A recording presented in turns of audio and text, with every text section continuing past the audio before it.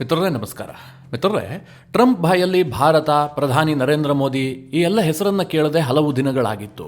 ಇದನ್ನೆಲ್ಲ ನೋಡಿಬಿಟ್ಟು ಭಾರತ ಮತ್ತು ಅಮೆರಿಕದ ನಡುವೆ ಈ ಟ್ರೇಡ್ ನೆಗೋಸಿಯೇಷನ್ ನಡೀತಾ ಇತ್ತಲ್ಲ, ಇದೆಲ್ಲವೂ ಕೂಡ ಫೈನಲ್ ಹಂತಕ್ಕೆ ಬಂದಿದೆ.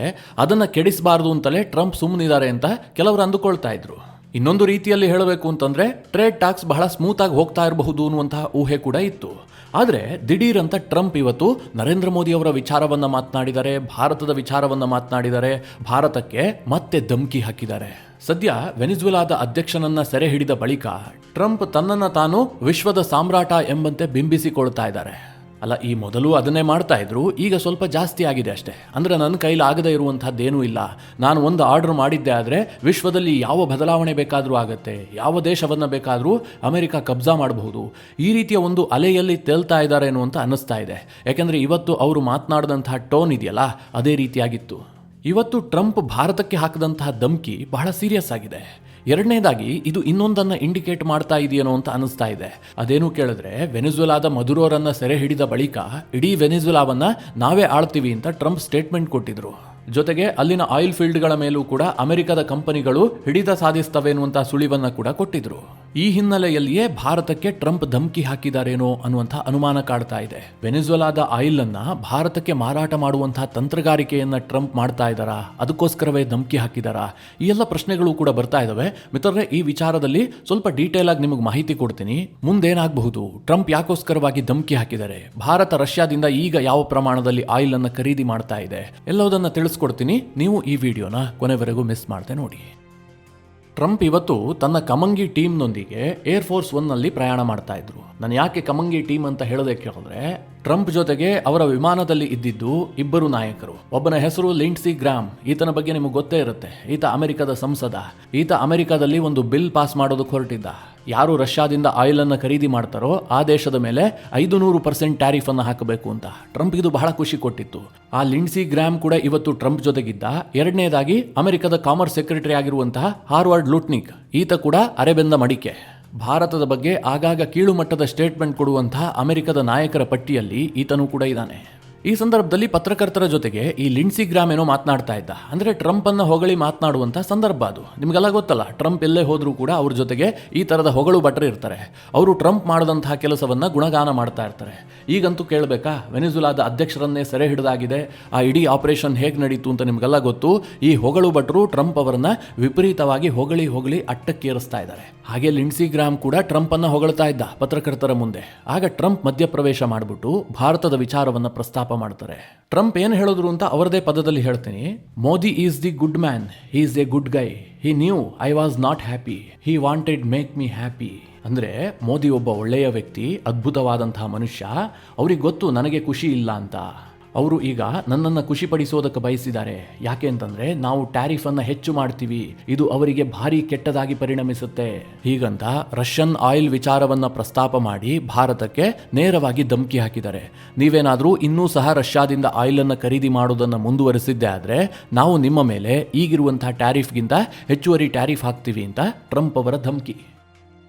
ನಿಮಗೆಲ್ಲ ಗೊತ್ತು, ಟ್ರಂಪ್ ಈಗಾಗಲೇ ಭಾರತದ ಮೇಲೆ ಮೊದಲಿಗೆ 25% ಟ್ಯಾರಿಫ್ ಅನ್ನು ಹಾಕಿದ್ರು. ಆನಂತರ ರಷ್ಯಾದ ಆಯಿಲ್ ಕಾರಣದಿಂದಾಗಿ ಹೆಚ್ಚುವರಿಯಾಗಿ 25% ಟ್ಯಾರಿಫ್ ಅನ್ನು ಹಾಕಿದ್ದಾರೆ. ಇದರಲ್ಲಿ ಏನೂ ಕೂಡ ವ್ಯತ್ಯಾಸ ಆಗಿಲ್ಲ. ಟ್ರಂಪ್ ಬೇರೆ ಬೇರೆ ದೇಶಕ್ಕೆ ರಿಯಾಯಿತಿಯನ್ನು ಕೊಟ್ಟಿದ್ದಾರೆ, ಆದರೆ ಭಾರತಕ್ಕೆ ಕೊಟ್ಟಿಲ್ಲ. ಭಾರತ ಈಗಲೂ ಸಹ ಅತಿ ಹೆಚ್ಚು ಟ್ಯಾರಿಫ್ ಅನ್ನು ಪೇ ಮಾಡ್ತಾ ಇರುವಂತಹ ವಿಶ್ವದ ಏಕೈಕ ದೇಶ. ಇವತ್ತು ಚೈನಾಗಿಂತಲೂ ಹೆಚ್ಚು ಟ್ಯಾರಿಫ್ ಅನ್ನು ಭಾರತ ಎದುರಿಸ್ತಾ ಇದೆ. ಭಾರತದ ಎಕ್ಸ್ಪೋರ್ಟ್ ಮೇಲೆ ಬಹಳ ದೊಡ್ಡ ಕೆಟ್ಟ ಪರಿಣಾಮವನ್ನು ಕೂಡ ಬೀರಿದೆ. ಇದು ಸಾಲದು ಅಂತ ಈಗ ಟ್ರಂಪ್ ಹೇಳ್ತಾ ಇದ್ದಾರೆ, ನಾವು ಹೆಚ್ಚುವರಿಯಾಗಿ ಭಾರತದ ಮೇಲೆ ಟ್ಯಾರಿಫ್ ಹಾಕ್ತೀವಿ. ಯಾಕೆ ಅಂತಂದ್ರೆ ಅವರು ರಷ್ಯಾದಿಂದ ಆಯಿಲ್ ಅನ್ನು ಖರೀದಿ ಮಾಡ್ತಾ ಇದ್ದಾರೆ. ಹಾಗೆ ಟ್ರಂಪ್ ಹೇಳಿದಂತಹ ಇನ್ನೊಂದು ವಿಚಾರ ಏನು ಕೇಳಿದ್ರೆ, ಮೋದಿಗೆ ನನಗೆ ಬೇಸರ ಆಗಿದೆ ಅಂತ ಗೊತ್ತು, ಅವರು ನನ್ನನ್ನು ಖುಷಿಪಡಿಸೋದಕ್ಕೆ ಬಯಸ್ತಾ ಇದ್ದಾರೆ, ಹೀಗಂತ ಒಂದು ಸ್ಟೇಟ್ಮೆಂಟ್ ಕೊಟ್ಟಿದ್ದಾರೆ. ಮಿತ್ರರೇ, ಟ್ರಂಪ್ ಹೇಳಿದ ಯಾವ ಮಾತನ್ನು ಕೂಡ ನಂಬೋದಕ್ಕೆ ಸಾಧ್ಯ ಇಲ್ಲ. ಯಾಕೆಂದರೆ ಟ್ರಂಪ್ ಹೇಳಿದಷ್ಟು ಸುಳ್ಳನ್ನು ವಿಶ್ವದ ಯಾವ ನಾಯಕರು ಇದುವರೆಗೆ ಹೇಳಿಲ್ಲ, ಮುಂದೆಯೂ ಕೂಡ ಹೇಳೋದಿಲ್ಲ. ಅಷ್ಟರ ಮಟ್ಟಿಗೆ ಸುಳ್ಳು ಹೇಳುವಂತಹ ಒಬ್ಬ ನಾಯಕ. ಆದರೂ ಸಹ ಟ್ರಂಪ್ ಅವರ ಪ್ರತಿ ಮಾತನ್ನು ಯಾಕೆ ಸೀರಿಯಸ್ ಆಗಿ ಪರಿಗಣಿಸಬೇಕು ಅಂತಂದ್ರೆ, ಅವರು ಅಮೆರಿಕದ ಅಧ್ಯಕ್ಷ ಅನ್ನುವ ಕಾರಣಕ್ಕೋಸ್ಕರವಾಗಿ. ಎರಡನೇದಾಗಿ ಟೈಮಿಂಗ್. ನಿಮಗೆಲ್ಲ ಗೊತ್ತು, ಕಳೆದ ಕೆಲ ದಿನಗಳಿಂದ ಭಾರತದ ವಿಚಾರದಲ್ಲಿ ಟ್ರಂಪ್ ಏನೂ ಮಾತನಾಡ್ತಾ ಇರಲಿಲ್ಲ. ಭಾರತಕ್ಕೆ ಧಮಕಿ ಬರುವಂತಹದ್ದು ಬಹಳ ಕಮ್ಮಿ ಆಗಿತ್ತು. ಈ ಹಿಂದೆ ಇದೇ ಲಿಂಡ್ಸಿ ಗ್ರಾಮ್, ಹಾರ್ವರ್ಡ್ ಲುಟ್ನಿಕ್, ಸ್ಕಾಟ್ ಬೆಸೆಂಟ್ ಇವರೆಲ್ಲರೂ ಕೂಡ ಪ್ರತಿನಿತ್ಯ ಮಾಧ್ಯಮದ ಮುಂದೆ ಬರ್ತಾ ಇದ್ರು, ಭಾರತಕ್ಕೆ ಇನ್ನಿಲ್ಲದಂತಹ ಧಮಕಿ ಹಾಕ್ತಾ ಇದ್ರು. ಆದರೆ ಕಳೆದ ಒಂದೂವರೆ ತಿಂಗಳಿನಿಂದ ಯಾವುದೇ ರೀತಿಯ ಧಮಕಿಯೂ ಕೂಡ ಇವ್ರು ಯಾರ ಬಾಯಿಯಿಂದಲೂ ಬರ್ತಾ ಇರಲಿಲ್ಲ.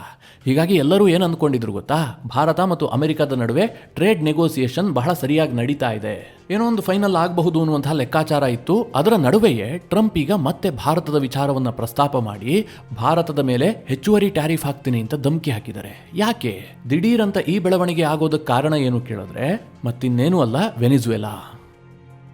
ಅದು ಹೇಗೆ ಗೊತ್ತಾಗುತ್ತೆ ಕೇಳಿದ್ರೆ, ಇವತ್ತು ಲಿಂಡ್ಸಿ ಗ್ರಾಮ್ ಏರ್ಫೋರ್ಸ್ 1ರಲ್ಲಿ ಟ್ರಂಪ್ ಜೊತೆಗೆ ಮಾತನಾಡುವಂತಹ ಸಂದರ್ಭದಲ್ಲಿ ಆತ ಒಂದು ವಿಚಾರವನ್ನು ಪ್ರಸ್ತಾಪ ಮಾಡ್ತಾನೆ. ಇವತ್ತು ವೆನಿಜುವೆಲಾದ ಎಕಾನಮಿ ಬಹಳ ಕೆಳಮಟ್ಟಕ್ಕೆ ಹೋಗಿದೆ.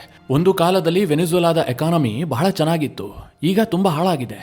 ಈಗ ಟ್ರಂಪ್ ಆ ವೆನಿಜುವೆಲಾದ ಎಕಾನಮಿಯನ್ನ ಮರಳಿ ಹಳಿಗೆ ತರೋದಕ್ಕೆ ಯತ್ನ ಮಾಡ್ತಾ ಇದ್ದಾರೆ ಹೀಗಂತ ಹಾರ್ವರ್ಡ್ ಲುಟ್ನಿಕ್ ಒಂದು ಮಾತು ಹೇಳ್ತಾನೆ. ಮಿತ್ರರೇ, ಅದರಿಂದ ಸ್ಪಷ್ಟವಾಗಿ ಅರ್ಥ ಆಗೋದೇನು ಕೇಳಿದ್ರೆ, ವೆನಿಜುವೆಲಾ ವಿಚಾರದಲ್ಲಿ ಟ್ರಂಪ್ ಬಹಳ ಡೀಪ್ ಆಗಿ ಇನ್ವಾಲ್ವ್ ಆಗ್ತಾ ಇದ್ದಾರೆ. ಅಂದ್ರೆ ವೆನಿಜುವೆಲಾದ ಆಯಿಲ್ ಸೆಕ್ಟರ್ ಅನ್ನ ಅಮೆರಿಕ ಕಂಪ್ಲೀಟ್ ಆಗಿ ಟೇಕ್ ಓವರ್ ಮಾಡೋದಕ್ಕೆ ಬಯಸಿದೆ. ಅಮೆರಿಕದ ಕಂಪನಿಗಳು ವೆನಿಜುವೆಲಾದ ಆಯಿಲ್ ಸೆಕ್ಟರ್ ನಲ್ಲಿ ಇನ್ವೆಸ್ಟ್ ಮಾಡೋದಕ್ಕೆ ಮುಂದಾಗ್ತವೆ. ಇದೆಲ್ಲವೂ ಕೂಡ ಸ್ಪಷ್ಟ ಆಗ್ತಾ ಇದೆ. ಮಿತ್ರರೇ, ಅಮೆರಿಕ ಈಗ ವೆನಿಜುವೆಲಾಗೆ ಹೋಗುತ್ತೆ, ಅಲ್ಲಿಂದ ಆಯಿಲ್ ಅನ್ನ ಹೊರ ತೆಗೆಯುತ್ತೆ ಅಂತಂದ್ರೆ ಅದಕ್ಕೊಂದು ಮಾರ್ಕೆಟ್ ಬೇಕಲ್ಲ. ವೆನಿಜುವೆಲಾ ವಿಶ್ವದ ಅತಿ ಹೆಚ್ಚು ಆಯಿಲ್ ರಿಚ್ ಇರುವಂತಹ ಕಂಟ್ರಿ. ವಿಶ್ವದ ಓವರ್ ಆಲ್ ಆಯಿಲ್ ರಿಸರ್ವ್ ಇದೆಯಲ್ಲ, ಅದರಲ್ಲಿ 18% ಇರುವಂತಹದ್ದು ವೆನಿಜುವೆಲಾ ಒಂದೇ ದೇಶದಲ್ಲಿ. ನಿಮಗೆ ಈಸಿಯಾಗಿ ಅರ್ಥ ಆಗುವ ಹಾಗೆ ಉದಾಹರಣೆ ಕೊಡಬೇಕು ಅಂತಂದ್ರೆ, ಈಗ ವಿಶ್ವದಲ್ಲಿ 100 ಬ್ಯಾರಲ್ ಕಚ್ಚಾ ತೈಲದ ರಿಸರ್ವ್ ಇದೆ ಅಂತಾದ್ರೆ ಅದರಲ್ಲಿ ವೆನಿಜುವೆಲಾ ಒಂದೇ ದೇಶದಲ್ಲಿ 18 ಬ್ಯಾರಲ್ ಇದೆ. ಆದ್ರೆ ಅವರು ಎಷ್ಟಪ್ಪ ಹೊರ ತೆಗಿತಾ ಇದ್ದಾರೆ? ವಿಶ್ವದ ಮಾರುಕಟ್ಟೆಗೆ ಅವರ ಕೊಡುಗೆ ಏನು ಕೇಳಿದ್ರೆ ಕೇವಲ 1% ಮಾತ್ರ. ಅಂದ್ರೆ 1 ಬ್ಯಾರಲ್ ಮಾತ್ರ ವೆನಿಜುವೆಲಾದಿಂದ ಹೊರಗೆ ಬರ್ತಾ ಇದೆ. ಅಂದ್ರೆ ಇಷ್ಟೇ ಆಯಿಲ್ ಅನ್ನ ವೆನಿಜುವೆಲಾ ಪ್ರೊಡ್ಯೂಸ್ ಮಾಡ್ತಾ ಇದ್ರೂ ಕೂಡ ವಿಶ್ವದಲ್ಲಿ ಆಯಿಲ್ನ ಕೊರತೆ ಇಲ್ಲ. ಉದಾಹರಣೆಗೆ ಭಾರತಕ್ಕೆ ಇನ್ನೂ ಹೆಚ್ಚುವರಿಯಾಗಿ 2 ಮಿಲಿಯನ್ ಬ್ಯಾರಲ್ ಅಷ್ಟು ಪ್ರತಿದಿನ ಅವಶ್ಯಕತೆ ಇತ್ತು. ಆದರೆ ಕಚ್ಚಾ ತೈಲ ಸಿಗದಿರುವ ಕಾರಣದಿಂದಾಗಿ ಭಾರತಕ್ಕೆ ಆಯಿಲ್ನ ಕೊರತೆ ಆಗ್ತಾ ಇದೆ ಅಂತೇನಾದ್ರೂ ಇದೆಯಾ? ಇಲ್ಲ, ನಮ್ಗೆ ಎಷ್ಟು ಬೇಕೋ ಅಷ್ಟು ಕಚ್ಚಾ ತೈಲ ಸಿಗ್ತಾ ಇದೆ. ಅಂದ್ರೆ ಈಗ ಟ್ರಂಪ್ ಅವರು ವೆನಿಜುವೆಲಾಗೆ ಎಂಟ್ರಿ ಕೊಟ್ಟು ಅಲ್ಲಿಂದ ಆಯಿಲ್ ಅನ್ನು ಎಕ್ಸ್ಟ್ರಾಕ್ಟ್ ಮಾಡಿದ್ರೆ ಅದಕ್ಕೊಂದು ಮಾರುಕಟ್ಟೆ ಬೇಕಲ್ಲ, ಅದು ತಕ್ಷಣಕ್ಕೆ ಎಲ್ಲೂ ಕೂಡ ಕಾಣ್ತಾ ಇಲ್ಲ. ಹೀಗಾಗಿ ಟ್ರಂಪ್ ಅವರು ಅದಕ್ಕೆ ಮಾರ್ಕೆಟ್ ಅನ್ನು ಸೃಷ್ಟಿ ಮಾಡುವಂತಹದ್ದು ಕೂಡ ಒಂದು ದೊಡ್ಡ ಚಾಲೆಂಜ್. ಅದಕ್ಕಿರುವಂತಹದ್ದು ಕೆಲವು ಆಪ್ಷನ್ಗಳು ಮಾತ್ರ. ಇವತ್ತು ಬಹಳ ದೊಡ್ಡ ಪ್ರಮಾಣದಲ್ಲಿ ಆಯಿಲ್ ಅನ್ನು ಬೈ ಮಾಡುವಂತಹ ದೇಶಗಳು ಯಾವುದು ಕೇಳಿದ್ರೆ ಚೈನಾ, ಇಂಡಿಯಾ, ಜಪಾನ್, ಈ ಎಲ್ಲ ದೇಶಗಳೇ. ಹೀಗಾಗಿ ಈ ಮಾರುಕಟ್ಟೆಯನ್ನು ಟ್ರಂಪ್ ಅವರು ಕ್ಯಾಪ್ಚರ್ ಮಾಡ್ಕೊಳ್ಬೇಕು. ಈ ಮಾರುಕಟ್ಟೆಯನ್ನು ಕ್ಯಾಪ್ಚರ್ ಮಾಡಬೇಕು ಅಂತಂದ್ರೆ ರಷ್ಯನ್ ಆಯಿಲ್ ಬರೋದಿದೆಯಲ್ಲ ಅದನ್ನು ನಿಲ್ಲಿಸಬೇಕು. ಭಾರತ ಇವತ್ತು ತನ್ನ ಅವಶ್ಯಕತೆಯ 85% ಆಯಿಲ್ ಅನ್ನ ಹೊರಗಡೆಯಿಂದ ತರಿಸ್ಕೊಳ್ಳುತ್ತೆ. ಅಷ್ಟು ಮಾತ್ರ ಅಲ್ಲ, ಭಾರತ ಕ್ರೂಡ್ ಆಯಿಲ್ ಅನ್ನ ಖರೀದಿಸಿ ಅದನ್ನು ತನ್ನ ರಿಫೈನರೀಸ್ಗಳಲ್ಲಿ ಪ್ಯೂರಿಫೈ ಮಾಡಿ ಅದನ್ನು ಎಕ್ಸ್ಪೋರ್ಟ್ ಮಾಡುತ್ತೆ. ಅಂದ್ರೆ ಪೆಟ್ರೋಲ್ ಮತ್ತು ಡೀಸೆಲ್ ಅನ್ನ ಭಾರತ ಎಕ್ಸ್ಪೋರ್ಟ್ ಮಾಡುತ್ತೆ. ಹೀಗಾಗಿ ಟ್ರಂಪ್ ಭಾರತಕ್ಕೆ ಆಯಿಲ್ ಅನ್ನ ಎಕ್ಸ್ಪೋರ್ಟ್ ಮಾಡುವಂತಹ ಉದ್ದೇಶವನ್ನ ಇಟ್ಟುಕೊಂಡಿದ್ದಾರೆ. ಈಗ ಟ್ರಂಪ್ ಕಳುಹಿಸುವಂತಹ ಆಯಿಲ್ ಅನ್ನ ಭಾರತ ಬೈ ಮಾಡಬೇಕು ಅಂತಂದ್ರೆ ರಷ್ಯಾದಿಂದ ಖರೀದಿ ಮಾಡೋದನ್ನ ನಿಲ್ಲಿಸಬೇಕಲ್ವಾ? ಸದ್ಯ ಭಾರತ ಪ್ರತಿನಿತ್ಯ 4.7 ಮಿಲಿಯನ್ ಬ್ಯಾರಲ್ನಿಂದ 5 ಮಿಲಿಯನ್ ಬ್ಯಾರಲ್ನಷ್ಟು ಕಚ್ಚಾ ತೈಲವನ್ನು ಖರೀದಿ ಮಾಡ್ತಾ ಇದೆ. ಇದರಲ್ಲಿ ರಷ್ಯಾದ ಪಾಲ್ ಎಷ್ಟಿದೆ ಕೇಳಿದ್ರೆ 35 to 36%. ಇದನ್ನ ಕಡಿಮೆ ಮಾಡಿ ಅಮೆರಿಕ ಆ ಪ್ಲೇಸ್ಗೆ ಬರಬೇಕು ಅನ್ನುವಂಥದ್ದು ಟ್ರಂಪ್ ಅವರ ಉದ್ದೇಶ. ಇದೇ ಕಾರಣದಿಂದಾಗಿ ಟ್ರಂಪ್ ಪದೇ ರಷ್ಯನ್ ಆಯಿಲ್ ವಿಚಾರದಲ್ಲಿ ಭಾರತಕ್ಕೆ ಧಮಕಿ ಹಾಕ್ತಾ ಇರೋದು. ಈಗಂತೂ ವೆನಿಜುವೆಲಾ ತನ್ನ ಕೈಗೆ ಬರ್ತಾ ಇದೆ ಅಂತ ಗೊತ್ತಾಗ್ತಿದ್ದ ಹಾಗೆ ಭಾರತದ ಮೇಲಿನ ಧಮಕಿ ಪುನರಾರಂಭಗೊಂಡಿದೆ. ಮುಂದೆ ಇದು ಇನ್ನೂ ಜಾಸ್ತಿ ಆಗುವಂತಹ ಸಾಧ್ಯತೆಗಳು ಕೂಡ ಇದಾವೆ.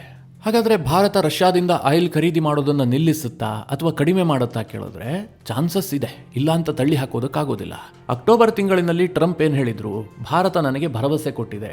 ನರೇಂದ್ರ ಮೋದಿ ಅವರೇ ಹೇಳಿದ್ದಾರೆ, ರಷ್ಯಾದಿಂದ ಆಯಿಲ್ ಖರೀದಿಯನ್ನ ನಾವು ಹಂತ ಹಂತವಾಗಿ ಕಡಿಮೆ ಮಾಡ್ತೀವಿ ಅಂತ. ಟ್ರಂಪ್ ಅವರು 2-3 ಬಾರಿ ಈ ರೀತಿಯ ಕ್ಲೈಮ್ಗಳನ್ನು ಮಾಡಿದ್ರು. ಆದರೆ ಭಾರತ ಎಲ್ಲೂ ಕೂಡ ನೇರವಾಗಿ ಇದಕ್ಕೆ ಉತ್ತರವನ್ನು ಕೊಟ್ಟಿರಲಿಲ್ಲ. ಆದರೆ ಮಿತ್ರರೇ, ಭಾರತ ನವೆಂಬರ್ ತಿಂಗಳಿನಲ್ಲಿ ರಷ್ಯಾದಿಂದ ಅತಿ ಹೆಚ್ಚು ಆಯಿಲ್ ಅನ್ನ ಬೈ ಮಾಡಿತ್ತು. ಅಂದ್ರೆ ಪ್ರತಿನಿತ್ಯ 1.8 ಮಿಲಿಯನ್ ಬ್ಯಾರಲ್ ನಿಂದ ಹಿಡಿದು 1.9 ಮಿಲಿಯನ್ ಬ್ಯಾರಲ್ ವರೆಗೂ ಕೂಡ 2025ರ ನವೆಂಬರ್ ತಿಂಗಳಿನಲ್ಲಿ ಭಾರತ ರಷ್ಯಾದಿಂದ ಆಯಿಲ್ ಖರೀದಿ ಮಾಡಿತ್ತು. ಇದು ಟ್ರಂಪ್ಗೆ ಭಾರತ ಕೊಟ್ಟಂತಹ ಉತ್ತರ. ಆದರೆ ಅಚ್ಚರಿ ಅನ್ನುವಂತೆ ಡಿಸೆಂಬರ್ ತಿಂಗಳಿನಲ್ಲಿ ಭಾರತ ರಷ್ಯಾದಿಂದ ಬಹಳ ಕಡಿಮೆ ಪ್ರಮಾಣದಲ್ಲಿ ಆಯಿಲ್ ಅನ್ನ ಬೈ ಮಾಡಿದೆ. ನವೆಂಬರ್ ತಿಂಗಳಿನಲ್ಲಿ 1.8 ಮಿಲಿಯನ್ ಬ್ಯಾರಲ್ ಪರ್ ಡೇ ಇದ್ರೆ ಇದು ಡಿಸೆಂಬರ್ನಲ್ಲಿ 1.2 ಮಿಲಿಯನ್ ಬ್ಯಾರಲ್ ಪರ್ ಡೇಗೆ ಇಳಿಕೆ ಆಗಿದೆ. ಅಂದ್ರೆ ಭಾರತ ತನ್ನ ಅವಶ್ಯಕತೆಯ ಕೇವಲ 25% ಮಾತ್ರ ರಷ್ಯಾದಿಂದ ಆಯಿಲ್ ಅನ್ನು ತರಿಸ್ಕೊಳ್ತಾ ಇದೆ. ಈ ಹಿಂದೆ ಇದು 36 to 38% ವರೆಗೂ ಕೂಡ ಹೋಗ್ತಾ ಇತ್ತು. ಹೀಗಾಗಿ ಮುಂದಿನ ದಿನಗಳಲ್ಲಿ ಭಾರತ ರಷ್ಯಾದಿಂದ ಆಯಿಲ್ ಖರೀದಿ ಮಾಡ್ತಾ ಇದೆಯಲ್ಲ, ಇದು 10-15% ಬಂದು ನಿಂತ್ಕೊಂಡು ಉಳಿದಂತಹ ಆಯಿಲ್ ಅನ್ನ ಅಮೆರಿಕದಿಂದ ಪರ್ಚೇಸ್ ಮಾಡಿದ್ರೂ ಕೂಡ ಏನು ಆಶ್ಚರ್ಯ ಇಲ್ಲ. ಯಾಕಂದ್ರೆ ನಾವು ಅಮೆರಿಕವನ್ನ ಕೂಡ ಬ್ಯಾಲೆನ್ಸ್ ಮಾಡಲೇಬೇಕಲ್ವಾ. ಈಗಾಗಲೇ ನಮ್ಮ ಟ್ರೇಡ್ಗೆ ಸಾಕಷ್ಟು ಹೊಡೆತ ಕೊಟ್ಟಿದ್ದಾರೆ, ನಮ್ಮ ಎಕ್ಸ್ಪೋರ್ಟ್ ಕುಸಿತ ಆಗ್ತಾ ಇದೆ. ಹಾಗೆ ನೋಡೋಕೆ ಹೋದ್ರೆ ವೆನಿಜುಲಾದಿಂದ ಈ ಹಿಂದೆಯೂ ಕೂಡ ಭಾರತ ಬಹಳ ದೊಡ್ಡ ಪ್ರಮಾಣದಲ್ಲಿ ಆಯಿಲ್ ಅನ್ನ ಖರೀದಿ ಮಾಡ್ತಾ ಇತ್ತು. 2019ಕ್ಕೆ ಮುಂಚೆ ಭಾರತ ತನ್ನ ಅವಶ್ಯಕತೆಯ 5-7% ಆಯಿಲ್ ಅನ್ನ ವೆನಿಜುಲಾದಿಂದ ಬೈ ಮಾಡ್ತಾ ಇತ್ತು. ಆಗ ಇದೇ ಟ್ರಂಪ್ ಕಾರಣದಿಂದಾಗಿ ಭಾರತ ವೆನಿಜುಲಾದಿಂದ ಆಯಿಲ್ ಬೈ ಮಾಡೋದನ್ನ ನಿಲ್ಲಿಸ್ತು. ಯಾಕೆಂದ್ರೆ ಟ್ರಂಪ್ ವಿಪರೀತವಾದಂತಹ ಸ್ಯಾಂಕ್ಷನ್ಸ್ ಗಳನ್ನ ವಿಧಿಸಿದ ಕಾರಣದಿಂದಾಗಿ ಭಾರತ ಆಯಿಲ್ ಬೈ ಮಾಡ್ತಾ ಇರಲಿಲ್ಲ. ಮಿತ್ರರೇ, ಅವತ್ತು ಟ್ರಂಪ್ ಮಾಡಿದಂತಹ ಆದೇಶ ಇದೆಯಲ್ಲ, ಭಾರತಕ್ಕೆ ಭಾರಿ ನಷ್ಟ ತಂದಿತ್ತು. ಯಾಕೆ ಕೇಳಿದ್ರೆ ವೆನಿಜುಲಾದಲ್ಲಿ ಭಾರತದ ಹೂಡಿಕೆ ಇತ್ತು. ನಮ್ಮ ONGC ಕಂಪನಿಯಲ್ಲ, ಅಲ್ಲಿ ಮಿಲಿಯನ್ ಗಟ್ಟಲೆ ಡಾಲರ್ ಹಣವನ್ನು ಇನ್ವೆಸ್ಟ್ ಮಾಡಿದ್ವು. ಏಕಾಏಕಿಯಾಗಿ ಅಮೆರಿಕ ನಿರ್ಬಂಧವನ್ನು ವಿಧಿಸಿದ ಕಾರಣದಿಂದಾಗಿ ನಮ್ಮ ಇನ್ವೆಸ್ಟ್ಮೆಂಟ್ಗೆ ಹರ್ಟ್ ಆಯಿತು. ಏನು ಮಾಡೋದಕ್ಕಾಗೋದಿಲ್ಲ, ಭಾರತದ ಪರಿಸ್ಥಿತಿಯೇ ಹೀಗಿದೆ.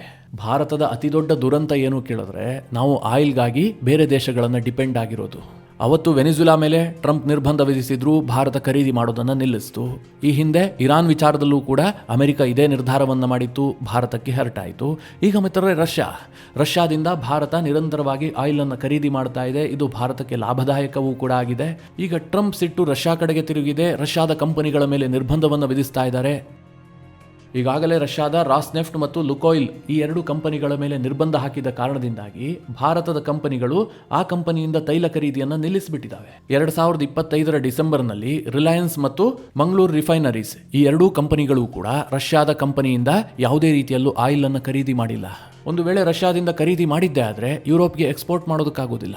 ಟ್ರಂಪ್ ಈ ರೀತಿಯಾಗೆಲ್ಲ ವಿಚಿತ್ರವಾದಂತಹ ಒತ್ತಡವನ್ನು ತಂದು ಭಾರತದ ಎಕ್ಸ್ಪೋರ್ಟ್ಗೆ ಬಹಳ ದೊಡ್ಡ ಹೊಡೆತ ಕೊಡ್ತಾ ಇದ್ದಾರೆ. ಒಟ್ಟಿನಲ್ಲಿ ಈಗ ವೆನಿಜುಲಾದಲ್ಲಿ ಆದಂತಹ ಬೆಳವಣಿಗೆಯೂ ಕೂಡ ಒಂದಲ್ಲ ಒಂದು ರೀತಿಯಲ್ಲಿ ಭಾರತದ ಮೇಲೆ ಇಂಪ್ಯಾಕ್ಟ್ ಮಾಡೋದಂತೂ ಸತ್ಯ. ಟ್ರಂಪ್ ಅವರ ಇನ್ನಷ್ಟು ಧಮಕಿಗಳು, ಇನ್ನಷ್ಟು ಟ್ಯಾರಿಫ್ ಅನ್ನ ಭಾರತ ಎದುರಿಸಬೇಕಾಗಿ ಬಂದರೂ ಕೂಡ ಆಶ್ಚರ್ಯ ಇಲ್ಲ. ಮಿತ್ರರೇ, ಈ ಎಲ್ಲ ವಿಚಾರಗಳ ಕುರಿತಾಗಿ ನಿಮ್ಮ ಅನಿಸಿಕೆ ಅಭಿಪ್ರಾಯಗಳೇನು? ಕಮೆಂಟ್ ಮಾಡುವ ಮೂಲಕ ನಮಗೆ ತಿಳಿಸಿ. ಹಾಗೆ ನಿಮಗೆ ಈ ವಿಡಿಯೋ ಇಷ್ಟವಾದರೆ ಲೈಕ್ ಮಾಡಿ. ಜೊತೆಗೆ ನೀವಿನ್ನೂ ನಿಮ್ಮ ನೆಚ್ಚಿನ ಸಂಸ್ಕಾರ ಸೌರಭ ಯೂಟ್ಯೂಬ್ ಚಾನಲ್ನ ಸಬ್ಸ್ಕ್ರೈಬ್ ಮಾಡಿಲ್ಲ ಅಂತಾದರೆ ಈ ಕೂಡಲೇ ಸಬ್ಸ್ಕ್ರೈಬ್ ಮಾಡಿ. ಮುಂದಿನ ಎಲ್ಲ ಅಪ್ಡೇಟ್ಗಳ ನೋಟಿಫಿಕೇಷನ್ಗಾಗಿ ಬೆಲ್ ಐಕಾನ್ ಒತ್ತಿ.